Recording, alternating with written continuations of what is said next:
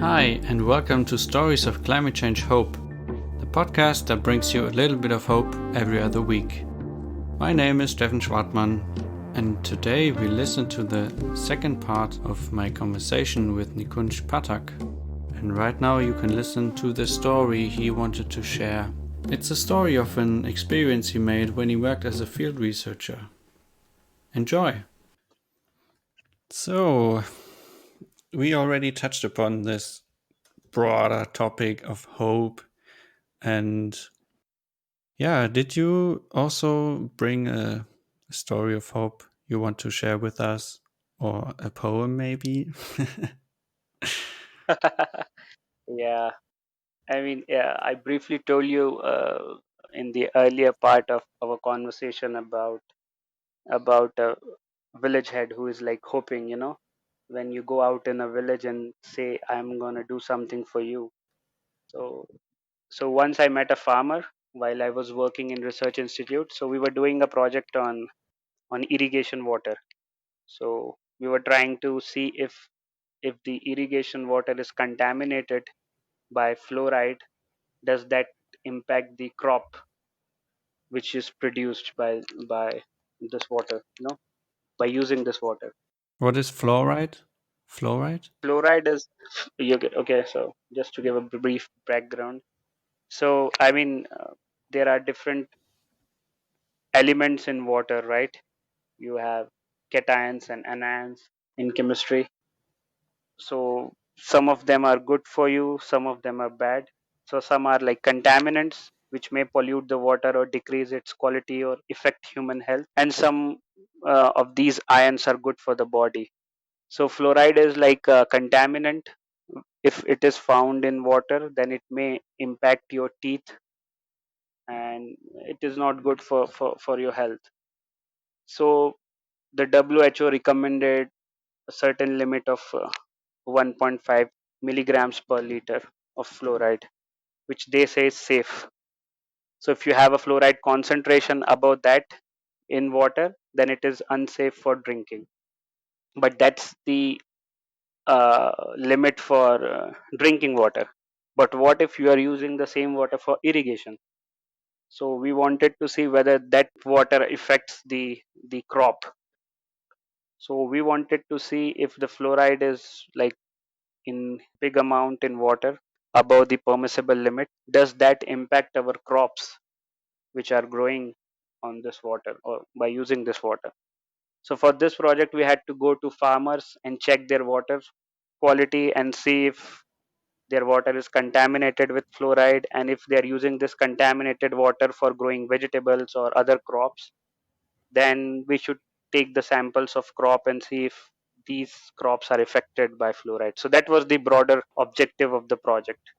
So when I went on the field and I met a farmer, and I just said, okay, we are doing this type of work and we want to check your water quality. And he was so delighted to see me because he said, you're the first person who has like come far away from my place and coming into my field and trying to see if my water is good or not.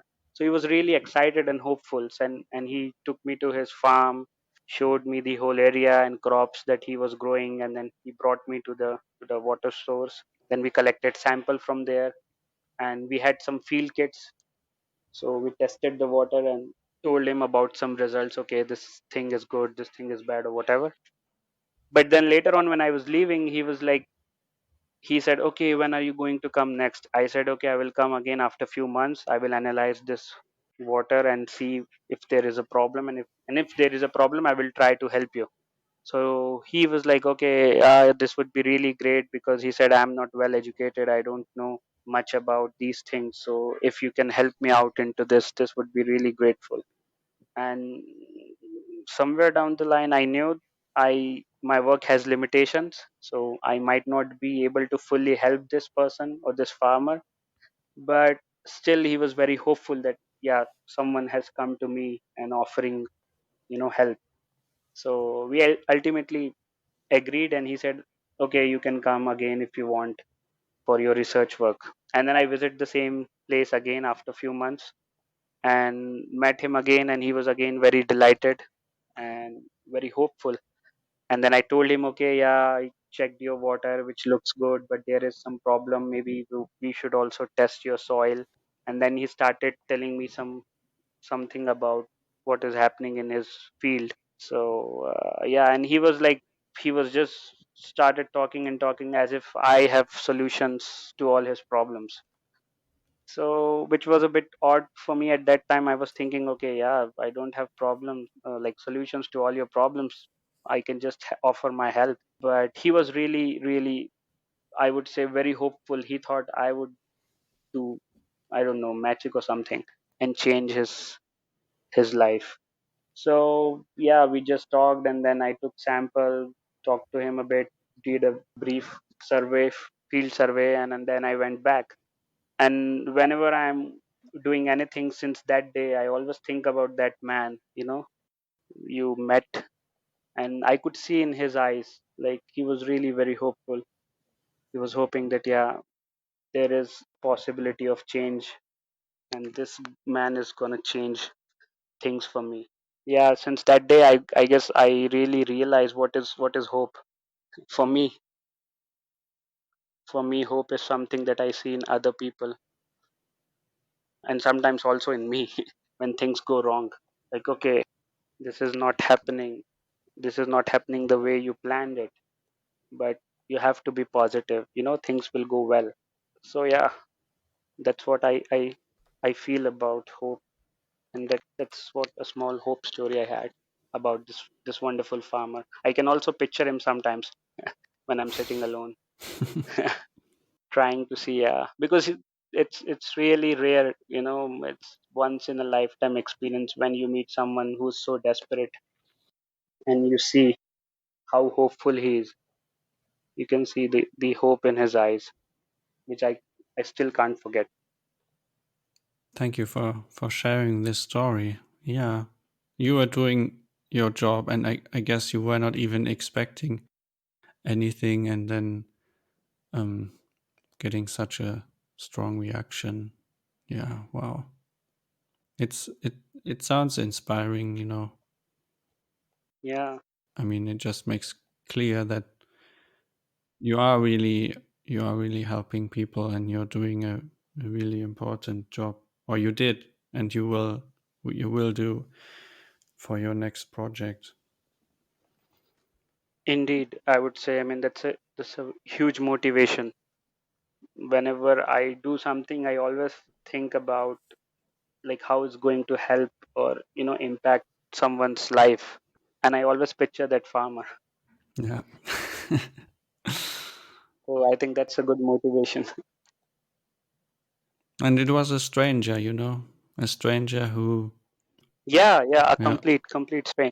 who gave you this inspiration, and now you have his, I don't know, his smile. Do you think about his smile or his voice or just his appearance? uh, I think I always see his smile and his eyes, because I could see clearly in his eyes what he was expecting from me, and the way he was talking to me, the excited he was, laughing and sharing, and so enthusiastic to a stranger, taking him all over the place, telling him this is the place from where I get water, this is where we store it, these are my crops. Even he offered me, if you want to get some onions and tomatoes from here, Yeah. just take it. He's like, yeah, yeah, just grab it, and yeah, yeah, if you, and yeah, because he had like a huge 10-acre uh, field, so it was really huge. So at least in India, it's, if you have a like big farm, more than 1 acre, it's considered to be big. Because we have like really small farmers who sometimes have less than 1 hectare of land. So he had, I guess, huge land. Yeah, I could really imagine you standing next to that farmer and taking measurements. Maybe this can also help others to be inspired and be motivated Yeah, by this image that you gave us. yeah. it's really I mean, whenever you go out on field, it's very important to understand the real picture, because we read a lot of stuff in textbooks and research papers, but when we are actually in the field and we realize the problem is a bit different, or maybe bigger than what we thought or perceived, or a bit something that haven't expected. So I guess if we are thoroughly motivated and really want to do something, I would say things go well. You find people, and ultimately you work with them and find solutions. So that's how I see it. Thanks a lot for sharing that story. it's it's a really great story. It's a really unique moment, I believe. Yeah. Thanks everyone for listening to the second part of my conversation with Nikunj. I hope you enjoyed his story. I definitely did. This is just like an unexpected moment you did not plan, and just an amazing gesture this man did. And it had, yeah, it was a stranger who had such a huge impact on Nikunj, and then made him hopeful, because he could see that this man expects a lot from him, and this man is hopeful because Nikunj is there to help. So let's end this episode now with our little commitment. We want to say that we want to commit ourselves to the healing of our world and our society. We want to bridge gaps and decrease the separation inside society and between us and our environment. We can do one part by leading conversations about climate change and talk about our personal story. We want to do so by acting responsibly and respectfully, even when it is challenging. We will support others in their part and ask for help when we need it. And we will spread a little bit of hope every other day. Thanks a lot for listening today, and make sure you tune in next week. Bye bye. Thanks goes to Coco for the creative support and the logo design. I would also like to thank Vulcan Recorder for letting me use his music. Thanks a lot for that. Remember that you can also listen to the podcast on Spotify, Apple Podcasts, Stitcher, iHeartRadio, Google Podcasts.